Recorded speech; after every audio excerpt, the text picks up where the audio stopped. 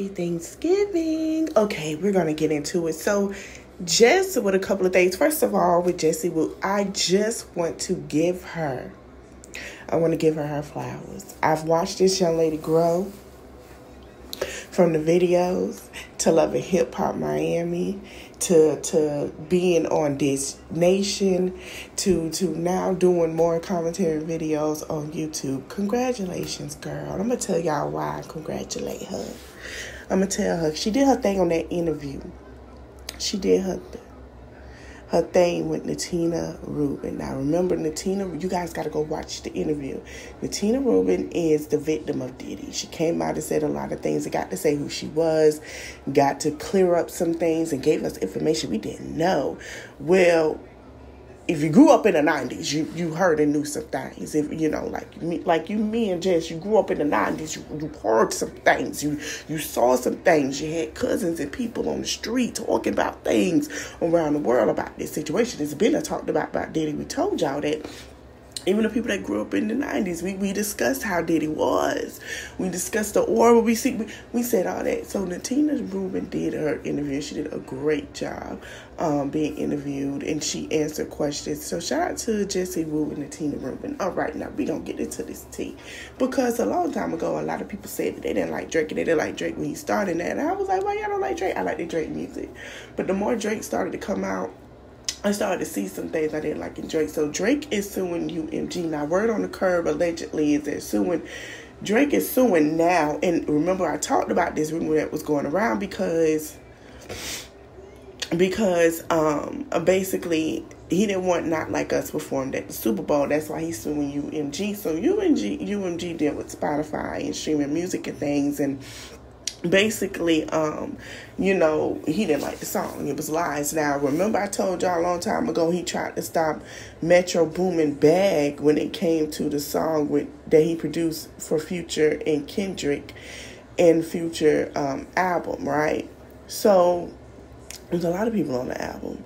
But that particular song with Kendrick, I remember Metro Boomin post like almost a year ago on Twitter. And I talked about this, that he was getting, and I don't know why you think too, when they were beefing at the time, why it got worse, because he was emailing the radio stations in Atlanta. Drake, I don't know why you thought that you can email, the radio stations in Atlanta when Metro Boomin has built his base in Atlanta, even though he's not from there, and also, with Future is home of Atlanta, to sit here and try to stop their bag. I don't understand what you thought that was. So we knew there was some issues with Kendrick. Now, Joe Budden had a lot to say, and I agree with Joe, because this beef has been going on. A lot of people don't know this little hush-hush beef has been going on for a year, going on two, between Kendrick, Metro, and Future, okay? Even though it's quiet down with Metro and Future at this point, it's mostly with Kendrick, and he's trying to really stop Kendrick's bag. I always felt like Kendrick told the truth and what was needed to be heard in rap songs, and he's not out here faking it. So he was saying that Drake was suing because, it's lies about me. No, you want to stop that man bag at the Super Bowl. This is rap, baby. So he said, Joe Budden said, or he's a selfish, lying, manipulative sack of ish who has been made enemies for 15 years. Agree. Now that we're here at the effing boiling point, you've been behind the scenes being the biggest sack of ish you could possibly be. And he's effing white. And he's Jewish. He had too much dip on his chip. You have been behind the scenes hitting niggas' baby moms, sending money to ninjas' baby moms. Your dog been sending messages to this ninja's wife. He has proof of that, trying to be Rico Suave. Dog, this ninja been a sack of ish behind the scenes because he has fans had loosened. Everybody just gets to turn a blind eye. The blind eye days are done. So basically, Joe Budden is blaming it on Drake fans, and a lot of people are, and I think Drake fans are starting to see that Drake is a crap of crap. Okay, just gonna say it nicely. I don't want to cuss too much. Drake has gotten away with a lot. Drake has done a lot. I'm surprised Rick Ross let them folks tear him up like that. From Rick Ross to, Kendrick to Metro Boomin to Future, and the fact that Kendrick said, okay, since you want to play with it, we can play with it. I bet you I can get on your level. Kendrick was already making his way there, and now Kendrick has gotten on his level and gotten to the Super Bowl, and Drake hasn't. Drake is jealous. How can this man come to me, do all these songs about the black culture, about the real black culture, and give the black people their information that is needed and surpass me? That's how Drake is feeling. Okay? He's feeling like, how can this man come who can go hide and do whatever and then come at me? Okay?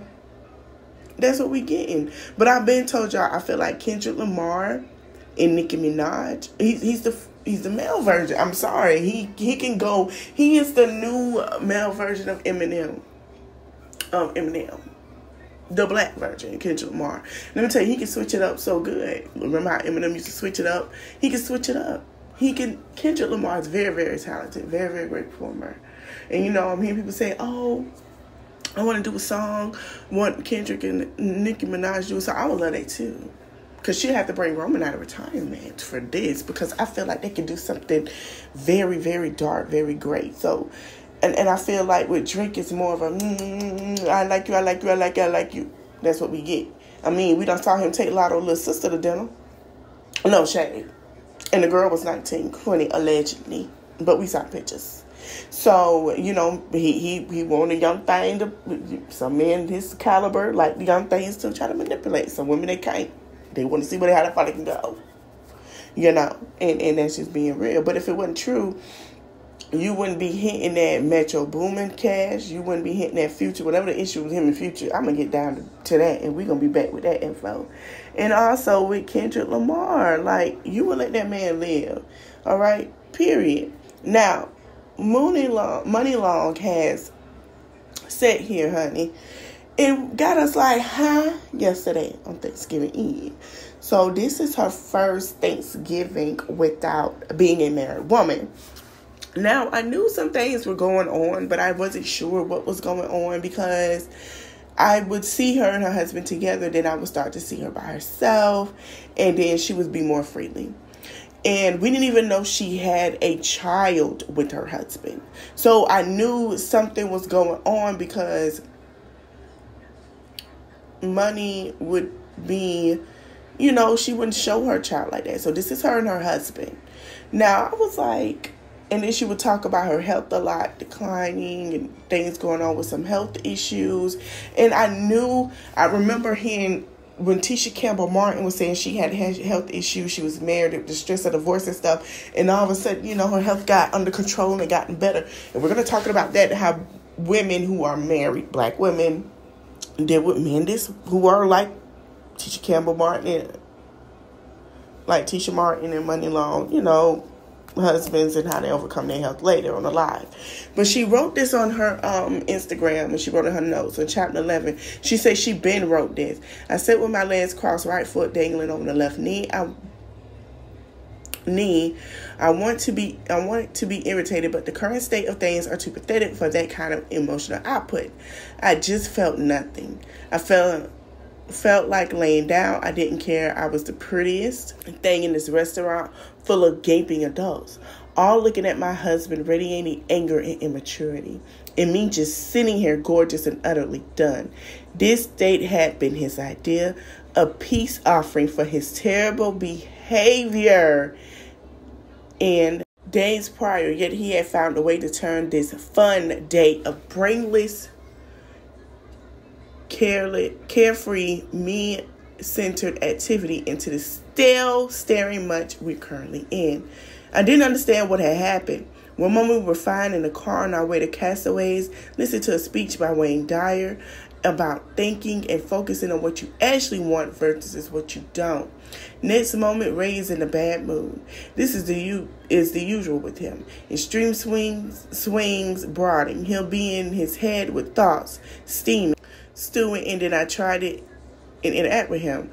I watch a whiff of the stink and attempt to deactivate the before it designates. Sometimes a successful minuscule 5 to 10% of the time. Most times, though, it escalates quickly with me forgetting myself, jumping right in the epic center of the situation, or trying to quell the growing thunder to no avail. He will cuss and yell, turn red in the face, and I will get frustrated and cry or yell back. And when we're both contemplating divorce by the end of it, I don't think I ever met someone who's committed to his own false image that he would take it as far as Ray has. So she's speaking of her husband. Also says, sometimes I get sad around the holidays in which things were different. Then I read some of the things I wrote in my diary and I feel disgusted out loud this kind of behavior at all. This is not a book. It's actual moments that I wrote in the moments to try and detach myself from the intense pain I was feeling. The particular entry was from August 2021 before I released Hours and Hours, but after I had written it, there were so many instances like this that I have enough for a book. I had to find a way to survive the situation I was in, so I started documenting things in real time. I had to try to tell my story to family and friends, but it sounds so crazy, no one believed me. Again, this is just one entry. It's not even that bad. Anyway, love yourself, ladies. Get away from anyone who doesn't treat you right. So basically, it's 19 pages. Go on her page, Muni Long, and read the rest. She talks about how he would talk to her crazy. And I have known, she's been a songwriter. She's never, songs she wrote, people be like, no, are you crazy? And I think this is the reason why we have her new album, I believe, In Regret, why I Will Never Love Again. And also the song when she was talking about, oh my God, I forgot the name of the song, y'all. But she was saying how it's hard to find love and she's rich because people will love her for what she has and some people will love her for what she has. And then she also speaks on how people will want her to accept what they have for less than love. And I get that because a lot of women who are in her tax bracket feel that way. First of all, I'm proud of Muni Long. Her and her husband been married for a while. They have a child in the midst of all this. I'm proud of her. I've seen her health get better. It was declining, and I knew it was declining around that time. Something was going on because she wasn't around her husband. She probably was going through the divorce. And now that they're divorcing or going through divorce proceedings, I'm starting to see her health get better. Muni Long has lupus. Her weight does tend to go up and down. You can tell when she's stressed, her weight go up and down. She looks tired and lethargic. She talks about it on her page too. She's a very open book, and that's why she's one of the best artists that we love at this time to date. And I say my prayers to her and her family. I hope you guys enjoyed this video. Don't forget to like, comment, share, subscribe. Let me know your thoughts in the comment section. Thank you guys for watching. Oh, don't get too full, y'all.